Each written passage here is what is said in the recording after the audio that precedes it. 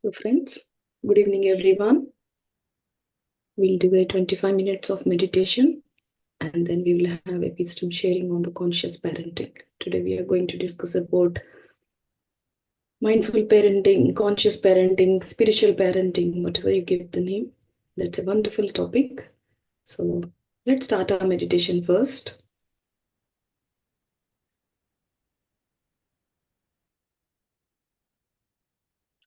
Please be seated in your meditative postures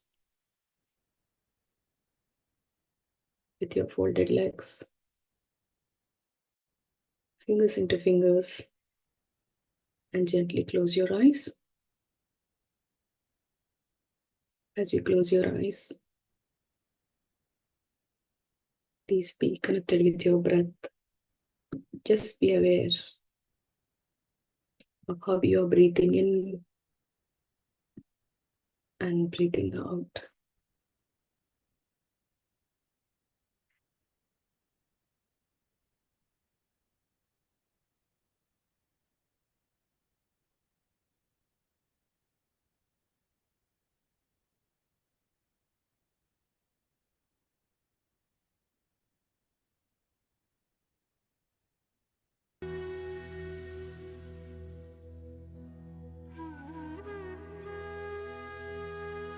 We are only doing one thing here, just observing our breath.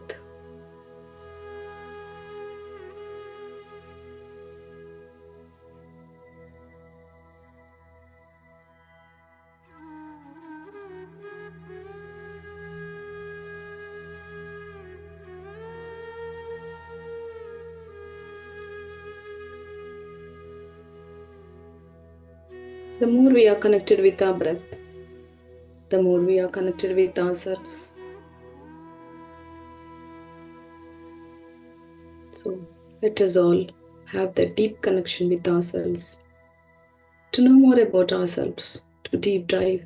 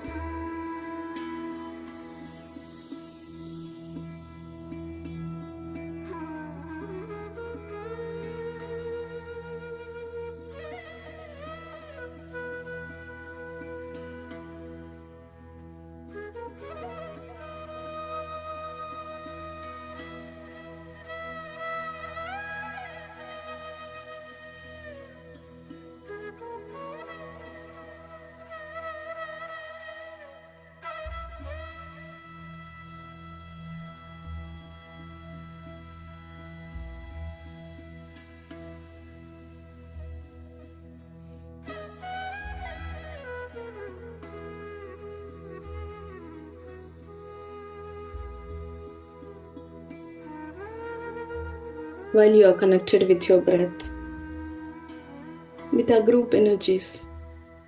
Let us all express gratitude for all the wonderful things that we had in our lives.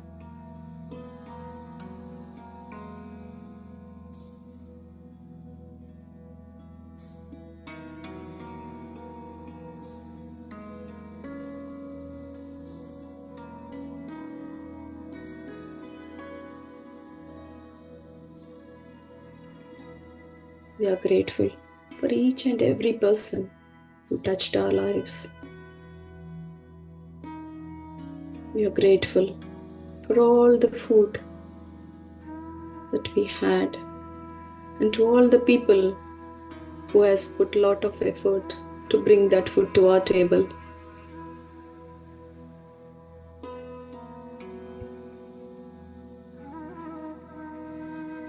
We are grateful for all the experiences that we had in our lives.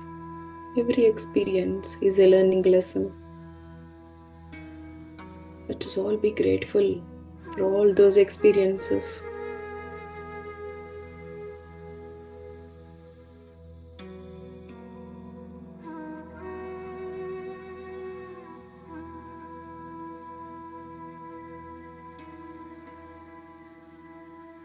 Let us all be grateful to our masters.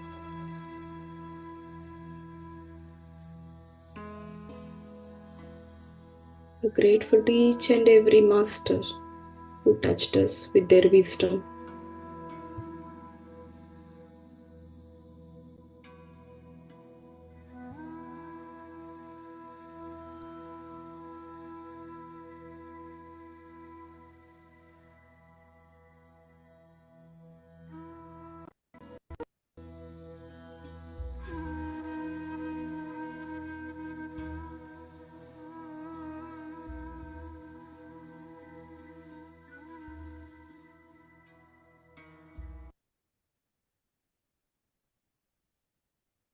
It's 2 more minutes of silence. Extend your gratitude to each and everyone who wish you to express.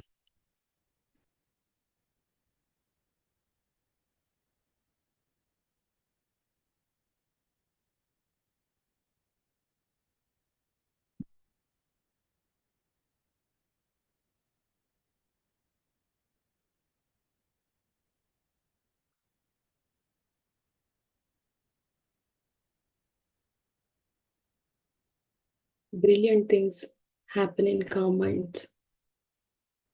We have done a wonderful meditation with the calmness in your mind and with gratitude. Place your both palms on your eyes for a few seconds.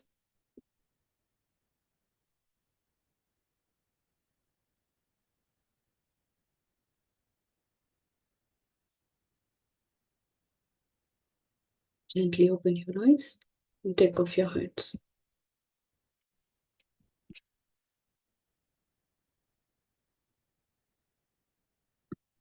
Just relax. Have a sip of water while I put up my screen. Just relax. You can stretch your legs. If you have water beside you, have some water.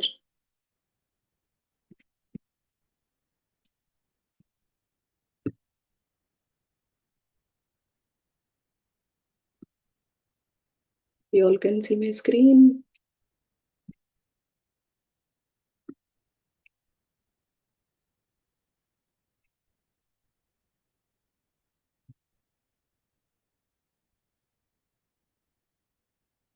So, many of you know me.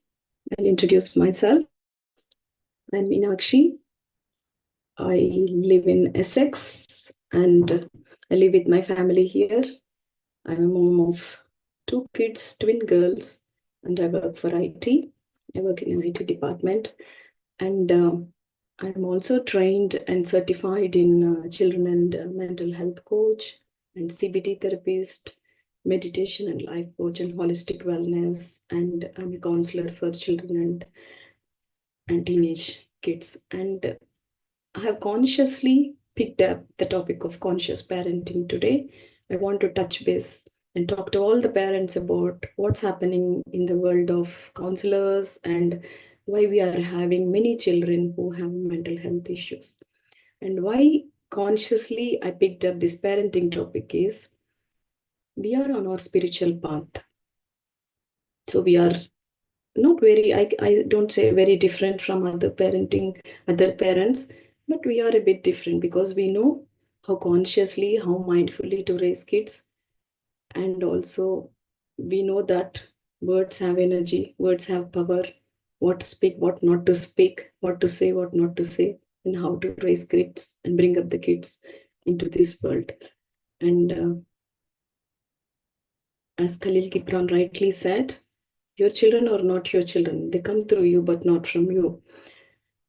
That statement gives a lot of enlightenment to the parents to think that we are here, though we have our children, they have come to us, but we are here only to guide them and not to push them on the path what we desire. So conscious parenting is all about being mindful and being aware of what we are doing and not giving our kids or not carrying our kids or what all desires we have, deep down desires we have, we are not pushing them onto our kids. So this is about myself and the topic I have chosen.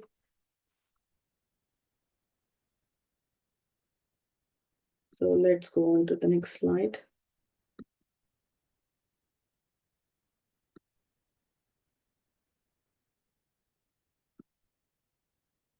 So before I start off with the parenting and all that, what I believe, and we all know that parenting starts from the womb. So the child when it starts from the mother's womb, the womb is the first classroom for every child. So everything, whatever the child has to learn, want to learn, it has to start from there. And many of us, we have kids, and who don't have kids also, you can pass on this knowledge and information who is expecting or who are planning to have kids.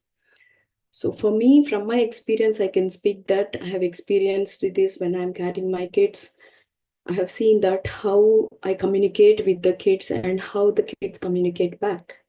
So I strongly believe that parenting starts in the womb itself. And what are the things that we need to start telling our or speaking to our kids when the kids are in the womb, when the child is in the womb? So we can tell about the what you want to inherit or how you want your kids to be, what energies you want them to carry. And you can tell about all the good things about, see, as when the kids come out, I have seen many parents telling the world is not a good place to live in, or be careful when you step out of the house, be mindful of the world, this is not a beautiful place, you have to look after yourself, all those things. But everything you speak, it happens to be recorded in the child's, and when they step out of the house, when they go out to the outer world, there'll be like panics and fears and everything. But what you incorporate when the child is in the womb, you can tell that, see, this planet, you're going to come on to the step onto this beautiful planet of Mother Earth. There will be so many beautiful things you can enjoy. You be connected with the Mother Earth. You can see your siblings, if you have a sibling before, if you can tell about what are the characteristics of that, how this beautiful home would like to be, how you want to invite them into your home. Everything you can start speaking. And also, if you are more into like telling them about stories, about like a good stories, about parenting stories, I used to tell them about the stories of Panchatantra, or I used to make up some good stories about our epics. I'm more interested on to the epics of Ramayana and Mahabharata. So I used to switch on the music and teach them about make them listen to about the Sundaraka. This all happened when I'm carrying. So you can always, so what happens is they will listen, they may not be able to communicate, but there is an energy binding between the mother and the child. So they always communicate back in the form of energies. So you will know that when they are talking back, you know that when they are saying something, when they are responding that thing back. So if you put some soulful music, they'll listen to that and they will sleep.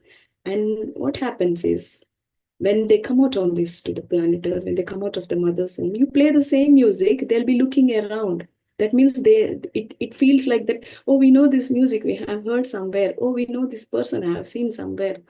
Though they may not able to tell about in the words, but they'll connect that what the mother has said. So it always says that mother is your first guru. We all know this. Our mother is the first teacher, and our home is our first school. So everything happens at home. Everything starts with the mother. So the mother energies, it's always advisable to have to vibrate at a higher frequency. I'm not saying anything here that a mother only has to be, but there is also a father's role in that. But mother is the first connection with the baby. So who are expecting and who want to have a baby, it's always advisable that they have some inner child healing and heal themselves first before they have expect a baby. Because if inner child healing is not happened, you give your child all the fears and traumas, you transfer that. If you're not healed, you can't have, you hold that fears, and your parenting styles will be depend on your fears and traumas and everything. So inner child healing has to happen before a mother gives birth to a child. So that's the most advisable thing for a expecting mothers to do. And um, and what are the things that you have to tell your baby when the baby is there with you? When you're carrying a baby, you can connect to the mother earth, you can walk on the mother, you can walk on the earth with barefoot and get that connection to the baby, to the mother earth.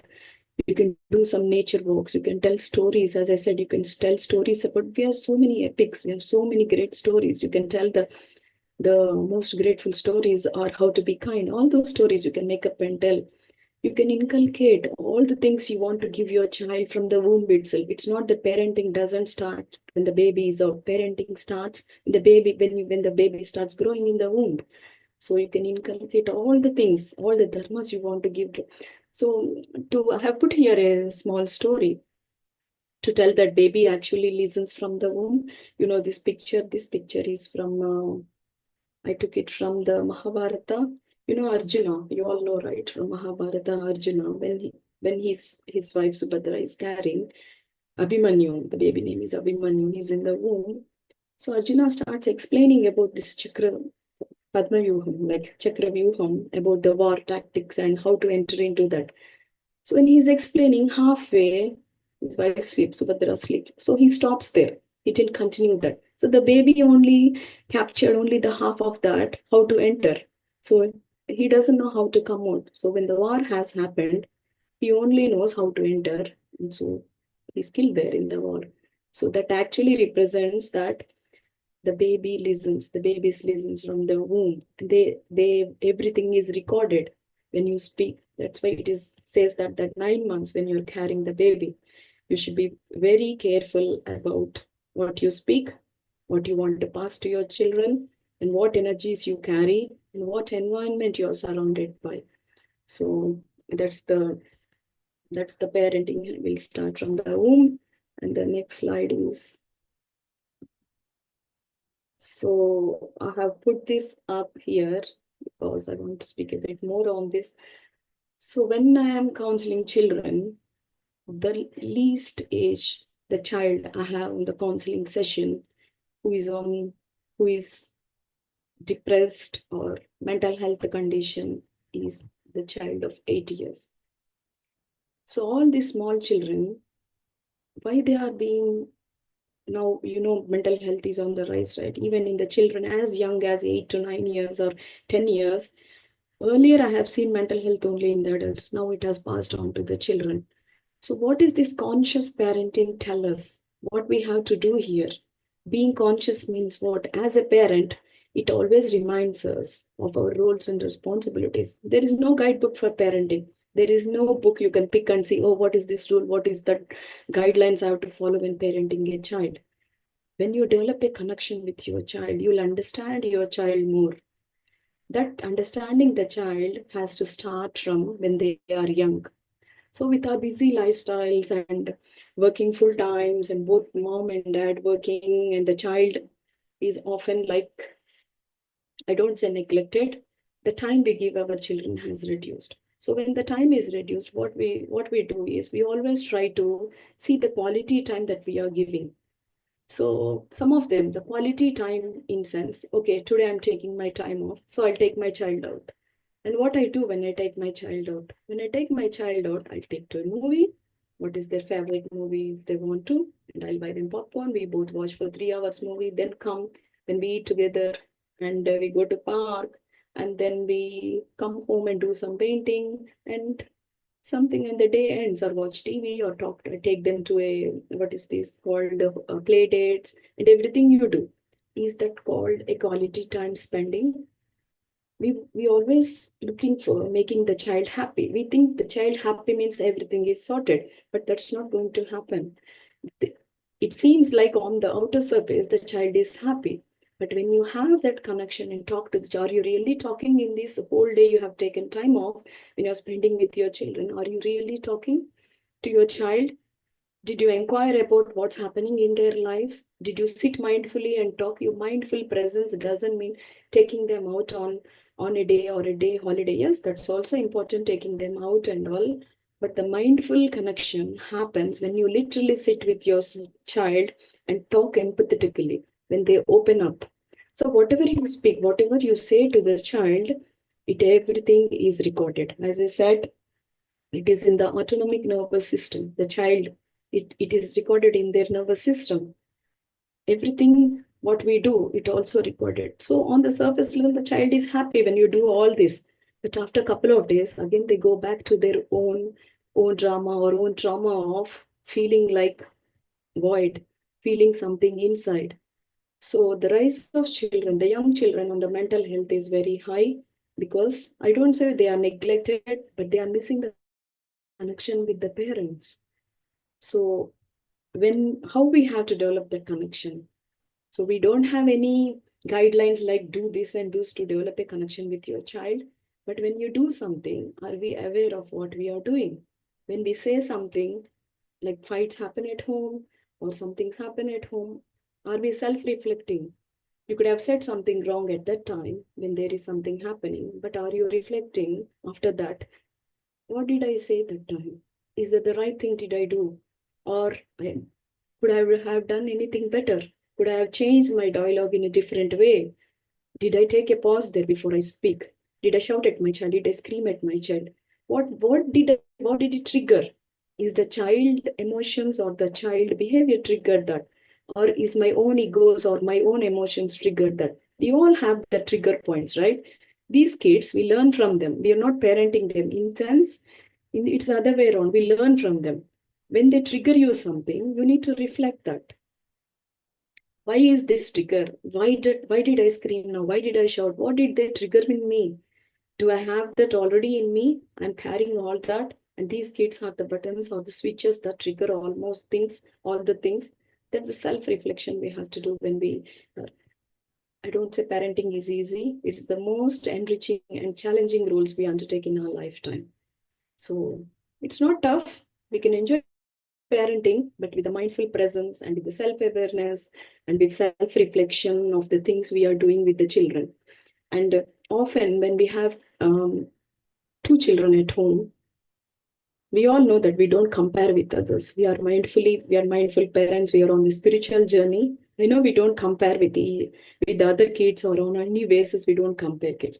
But sometimes some things happen in the family itself that we compare with the siblings. That we don't do that mindfully, but our subconscious mind or unconsciously we do some things that we compare. See your sister or see your brother.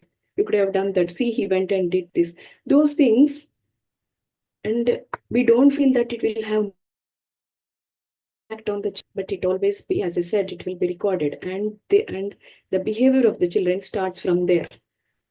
They won't say anything at that point, but they start developing between the two siblings. They start developing that they don't like each other. Somewhere the seed will start in that, okay, you are far better than me. So that inferiority starts from there. So that's also very mindful to see. So the kids who, when I start this counseling and all, the kids, what I have seen is they go silent. after they finish their young ages, like infants, toddlers, after that all, they start going silent at the age of 7, 8. They're not like cheerful kids, what they are like when they're young age. When we look into that, when we speak, they won't open up on few sessions. But when we look into that, why is that happening over the counter of 10 or 12 session, we come to know, we come to the root cause of why is it happening. And we as a parents, when we know all those reasons, we hold that guilt, the guilt of not giving enough time for the children. And please don't hold that guilt of not giving or not giving quality time, because it's the most pressing need for everyone has to work. And it's a good thing that we are working, but the general years of 4 to 5 years of the children, the younger children share the same energies as their mother. At least for 5 years, their energies reflect. If the mother is sad, the child will be sad. If you have seen that, notice that. And with all these children, if the mother is sad, they'll come up and ask you, "Are you okay? Are you okay, mom?" Because they know that the energies they carry with their mother same, and they are not different energies. Only when you start like 6 and 7 years, the energies start moving out. So until the 5 years, I call the first 5 years of the child as the bonding age. If you want to have that stronger bond and connection with your child at a young age, you start those 5 years of the strongest bonding. So what does these children need from the parents? What does these young children need?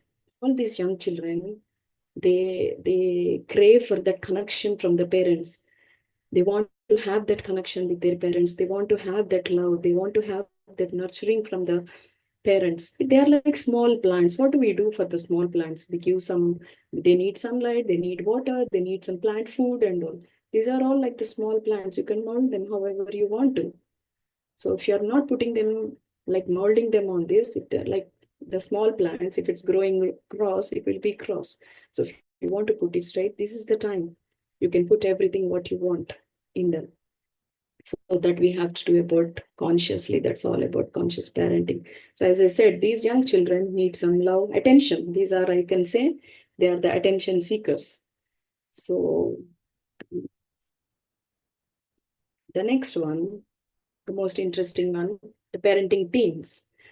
So after we finish these young ages, we'll come here to the teens phase, where I hear like, yes, teens are also not only the children in the young ages, the teens are also on the high rise of mental health issues. And the most, like, there are other issues also about them, like going out of the house and how they behave outside. And the parents, the most pressure from the parents for the parents is from parenting teens. I have heard so many things about parenting things. And when if it is like, if the teen starts leaving house, the parent starts the pressure in them. It builds up the pressure, how they behave when they go out of the world. What will happen? Will they have good friends? Will they make good friends? What about these other like substance addicts, and what are the other bad habits they get?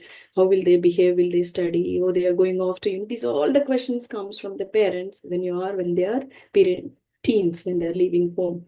But to say that, if you have given the connection, and if you have nurtured your child when they are in the young age, in the previous slide I showed the infant, young and younger kids up to 8, 9, 10 years, whatever they need, even though when you go out the world, when you face the world, that should be sufficient enough for them to sustain in the world. So every child blooms, like every flower blooms in a different time. So every child blooms in a different time. You don't need to do at a particular age. Okay, 18, 20, you should go out and get a good uni. At 21, you get out and get a job. That doesn't going to happen. And if you are very aware about soul plan, if you have read that book, we all know that, right? We all come with the soul plan. We have the map with us. So for the kids also, we are only here to guide. They have their own soul path, they have their own destinies, they have their own everything. But let them paint that for them. Let them put that on an empty canvas. Let them paint how they dream life they want to be. We are here to guide, but we are not here to fulfill our desires, which we can't achieve. We are not seeing through them. So they have their own achievements, they have their own life, they have their own thing. Give some freedom. See, we feel suffocated, right? Suppose if in an office, if someone does a micromanaging, how you feel? We feel suffocated. Every minute you watch them, every time, oh, you said 30 minutes lunch, you came 45 minutes back. Give some freedom to the teens, give some freedom to your kids. Don't monitor too much. Oh, where did you go? What happened? Don't expect them to tell everything to you. And I have heard many parents saying that I want to be friends with them. Yes, for what reason? Yes, we all want to be friends because it's not you want to be friends with them to know their deepest secrets. No, you be friends with them because when they are sad, when they wanted someone, when they wanted a shoulder, you are there. You can tell them, see, if you're sad, you can always come to me and you can rant, you can moan, whatever you want to do. You don't need to tell me the reason, what's happening. But I'm there for you. Give that confidence for your kids. So they come back and tell, knowing that you won't ask the reason why you are crying or why you are sad, because they need to vent out what's happening with them. So if we are emotionally strong as a parents, if we are emotionally strong, they come to us. If they share something, we are also sitting with them and crying. Will they come to you? They won't, right? So you should be emotionally strong and raise an emotionally intelligent or emotionally resilient kids. You can't pour from an empty cup. So you must be strong enough and you must be well aware of what's going on in their life. So you can suggest, you can guide. Other than that, don't take the ownership of their lives. So if you want to connect, you have to, if you want to correct your kids, if they're doing something wrong, first get that connection, have that connection with them. So then you can connect with them. So I've seen many parents giving rewards. I don't say rewarding is not bad. You can reward them, but why the rewards are only on the achievements? If you get this marks, okay, you got the top of the college, okay, this reward. Okay, you got this, I'll buy you Xbox. Yes, rewards are good for motivating, but your rewards also can be, if you look through, your conscious parenting should be, your rewards also can be for doing something good, for being kind, for standing up themselves and talking for themselves, for showing them some self-love for themselves. All these also can be counted as rewards, right? I haven't seen anyone giving rewards for, oh, that's act of kindness, what you did there. It's like very commendable. I want you to reward for this.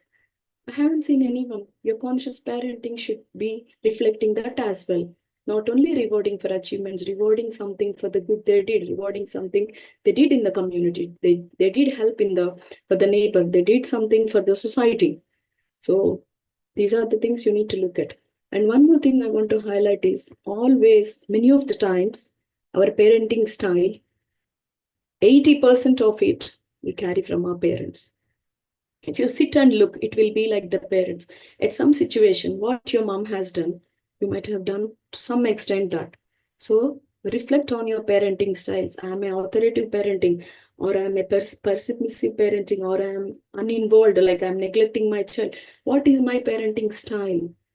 So how will that suitable for my family and my child? Is it suitable, or can I change? Can I reflect and change my parenting style so that suits them? Every child is different. Every family is different. So your parenting styles, how you want to parent, will differ from each. You can't carry out from generations of parenting this and do. For example, if a mother and a father, if a child comes to mom and say, I want to go on a trip for 5 days, mom says, from her parenting style, from her fearful, where her inner child is not healed, from the fearful trauma, she might say, no, I don't want to send you for 5 days. I'm too scared. How you'll go, how you'll live, what will happen, where you will roam, all those things. What if you lost your phone? What happens if you roam with your kids, with other friends and all? So many moms speaks, but father is like cool and say, okay, go enjoy. What are these two parenting styles differing? Why they both are different? When you have a child, you can sit together when such a situation arises. What will the child pick? The answer will be, they'll pick what your father says, yes, right? They'll say, they pick the yes and go. So your parenting must be reflecting. You both have to talk, parents, and come to a conclusion that yes or no. So you don't give two different parenting styles. So that's one of the parenting styles you have to reflect consciously. And you know, right, this It's a very hard time now for the parents, parenting teens with the AI and the smartphones and social media and everything. I know it's a bit tough with the smart age, but we can do well. We can do well by having our knowledge. We can do well by taking some wisdom. We can read books. We have to have the deep connection with them. So, yeah, arguments is very good when you have teenage kids. It's not bad. You can have arguments, but you should know how to repair them. You can repair and reconnect. Have an argument. If argument arises, you repair that.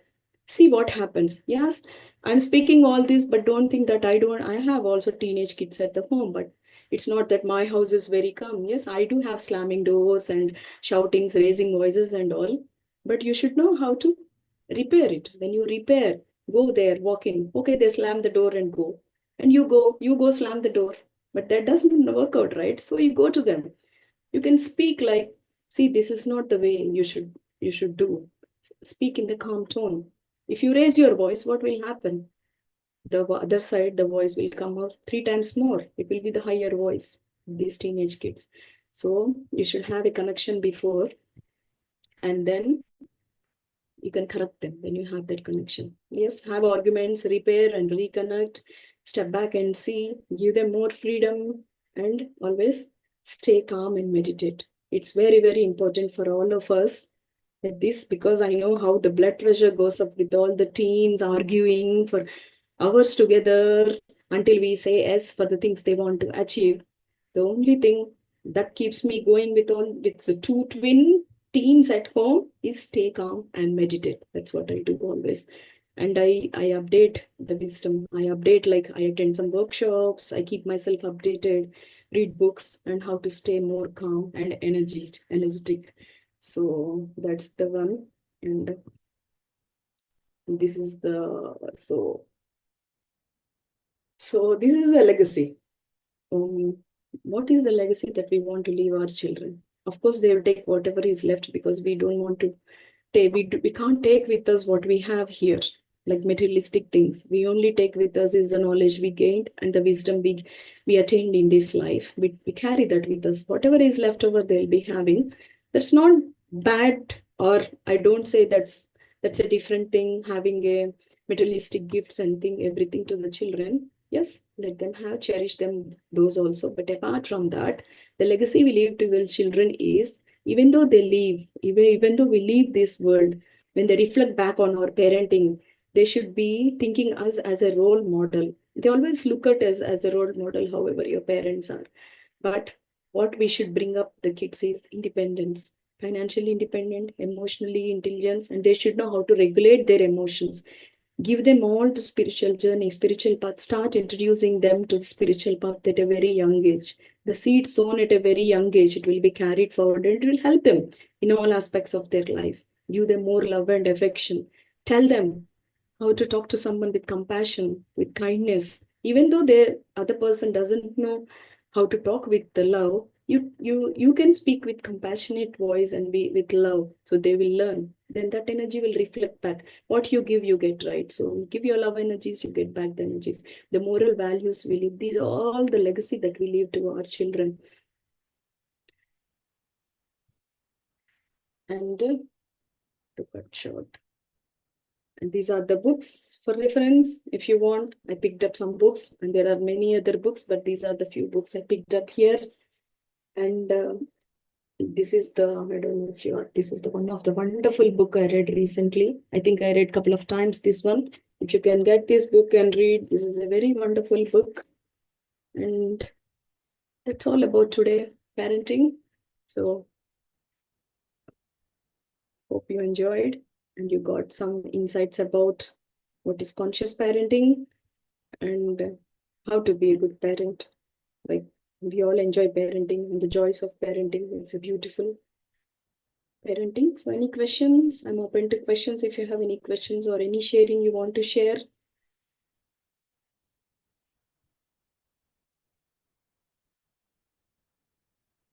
So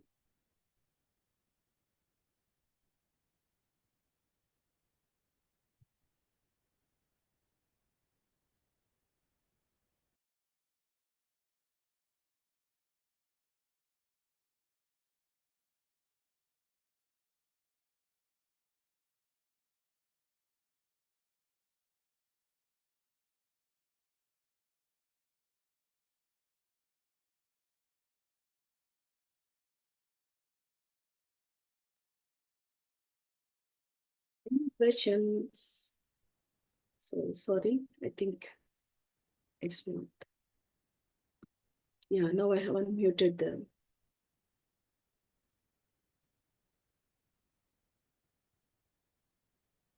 Yeah, it's good to tell our kids that phones are not smart. Yes, yes, I agree with that. Anyone wants to share anything, friends? Or just we can wind up.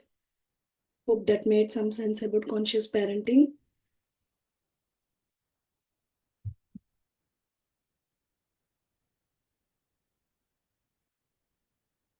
I have unmuted you if anyone wants to speak.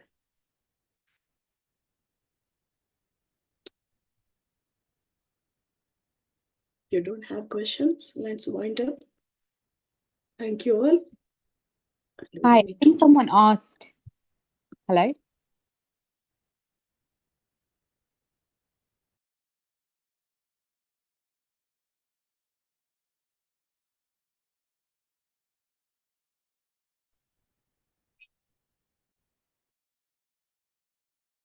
Hello? Sorry, yeah, hi. Hello? Hi, I think someone asked in the chat, but I was also wondering. It says, at what age do you start instilling discipline to our kids? I don't think so. There is some age. Slowly you start building that discipline, right? For me, at the age of 2 years or 3 years, you can't strictly tell your child, like, sit in the chair, don't move, this is your time, you eat and all. You have to instill the discipline playfully. It can start with an early age, like your sleep time, routines, and everything. So that's what I did for my kids. There's no like a certain age, like you can't start disciplining your teenage, right? So you'll start like 5 years, 4 years, because up to 5 years, they'll be very playful. So you start your, I don't say strict discipline. You can start telling all the good habits to wash your hands, to before eating or sleep time, switch off the TV at 9 o'clock, some things like those things you can start. I think 5 years should be the right one because when they start getting their words, it's it's how you want your child to be.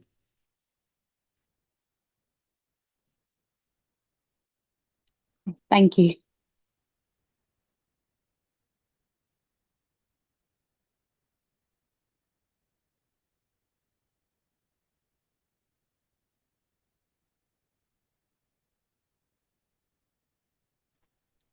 Hello, Minaji. Thank you for a wonderful session. Sandeep here.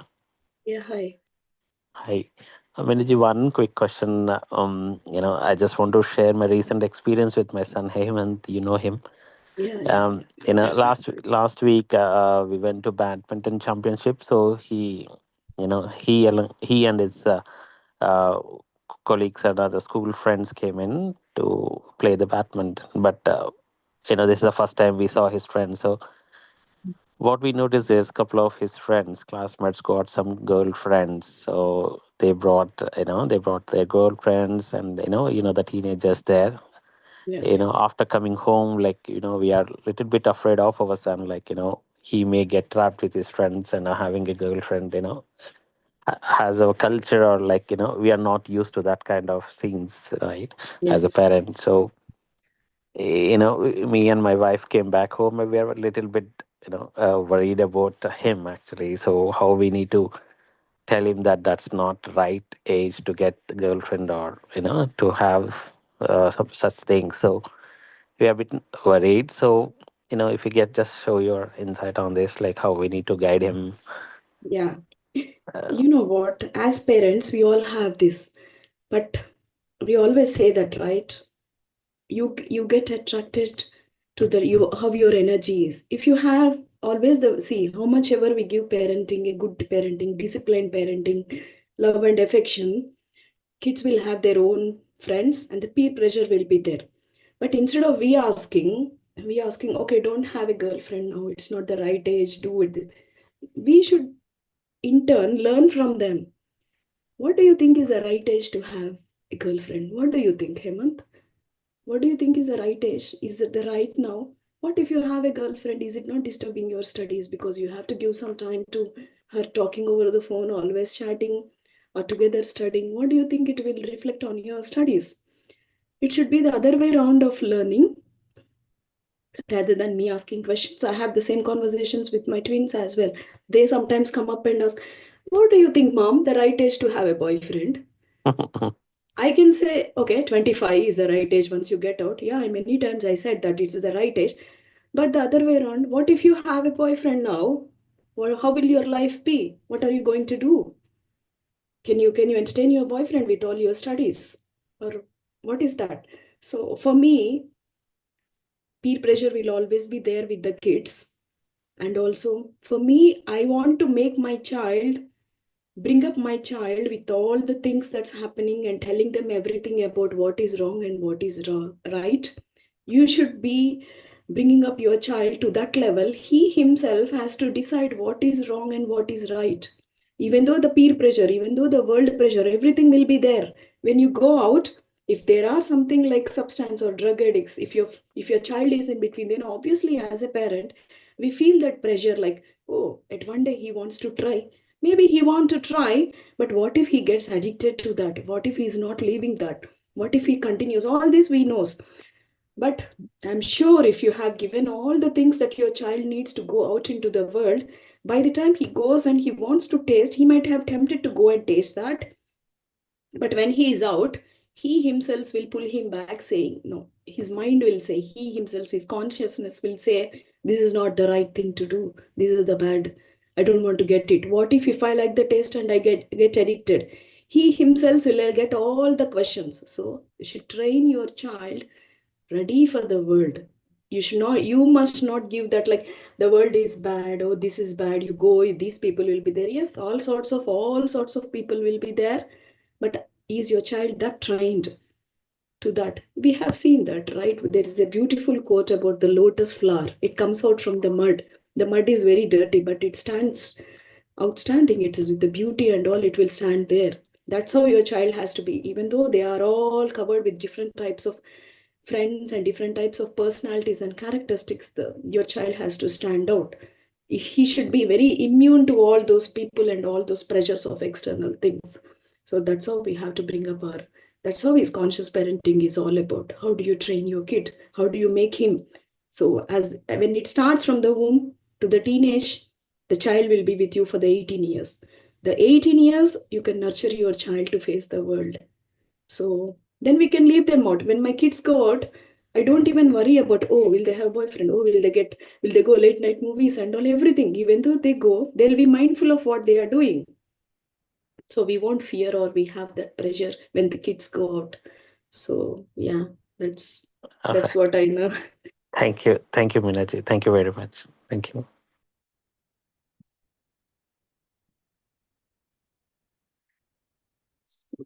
Friends, looks like we are done. Any questions? Hi, Meenakshi. Thanks for your Hello. session. My name is Ashwin. Actually, myself and Shruti, both of us joined for the session. That's a wonderful talk. Really impressed with the knowledge you shared on the consciousness of parenting. Just we have a quick question. So we have two daughters. One is 7-year-old and the other one is 2-year-old. We are happy family, everything is fine. Sometimes the 7-year-old, she gets a bit upset, and sometimes the reason is obvious, but sometimes we don't know the reason. Like she quickly gets some tantrums, and she changes her mood very swiftly. Um, we try to calm her down and we try to understand like what is the actual reason. But sometimes she wants to show the drama before she tells what it is. It takes a bit of time for her to tell what it is actually about. So sometimes we struggle there. Uh, so any insight on this kind of situations, please? Yeah. Yeah, most of that happens with the elder child when the younger one arrives.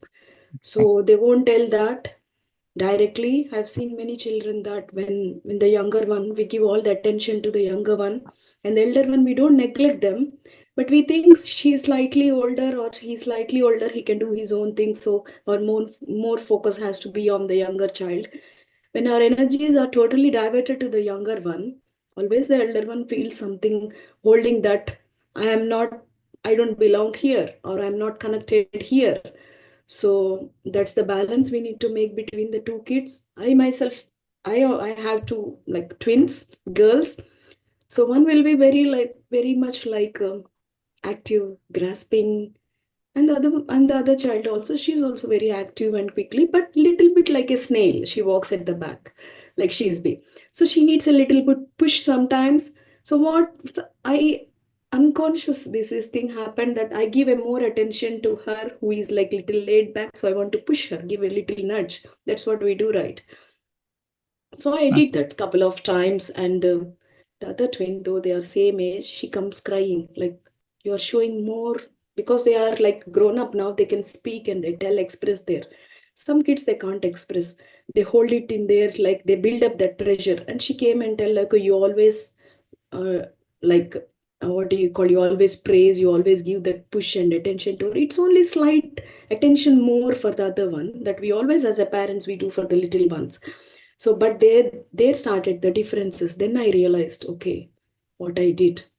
I thought this need more attention. Like, see, if two plants are growing and one is like needs more attention or needs more care, we give some more food and more to that plant, right? So it grows, both grows safely.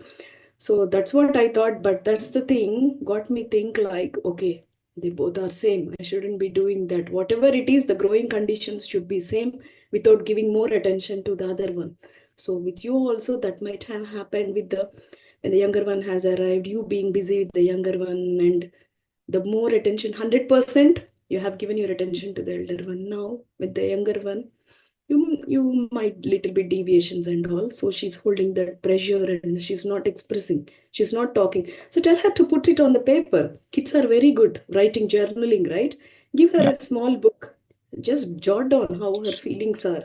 Let her to put her yeah, all her emotions. No need to show you. Tell her, put in the pictorial form or anything, just put it down so it eases that for her. So yeah. hope that helps. Sure, sure. Is there any suggestions like to how to improve her self-confidence? Yeah, that slowly builds up. It's not like this, right? You can't build Yeah, yeah, self-confidence like that. It slowly builds up by the act you do. When they do some little things, you praise her and you put her like it's the guidance we give that builds up the self-confidence. See, first we have to have that knowledge and have that vision, how I want my child to see, how I want my child to become very self-confident and standing up for herself. How you develop that? You have to work on yourself. You have to learn how you want it to do. Read some books, get some workshops, listen to some talks, how you want to do that. Then start implementing, start working with your child on that. So you need to build that up. We can't, as I said, we can't pour from an empty cup. We ourselves correct. has to be self-sustained to know how to bring up our children. So get that knowledge yourself, how you want your children. So for me, I can like I know how to do for my children. For any little things they do, if I praise them, they feel so happy. I can see their confidence boosting up. Oh, this is a wonderful thing you did. I really like it. Even though that's not good, I praise them. So that slowly build up. Yeah, And yeah, not only for their achievements, anything they do, little yeah, help around the home, not only in the studies, everything what they do, like folding up their bed sheets, putting the laundry up, or cleaning the kitchen, tidying up, washing the fruit, something, any small act. And talking, standing up for themselves. That's the main thing. They have to stand up for themselves and speak. Are they holding that? Sometimes they hold that emotions inside that they don't want to express it out, thinking, oh, what will my parents think, or what will my whatever, who, if there is a gathering, what will they think if I speak up? No, let them, encourage them to speak up, standing for themselves. Then you appreciate when they stand up for themselves, speaking up for themselves. So all these things, little by little, you can increase their self-confidence. All right, sure. Thank you. Thank you so much.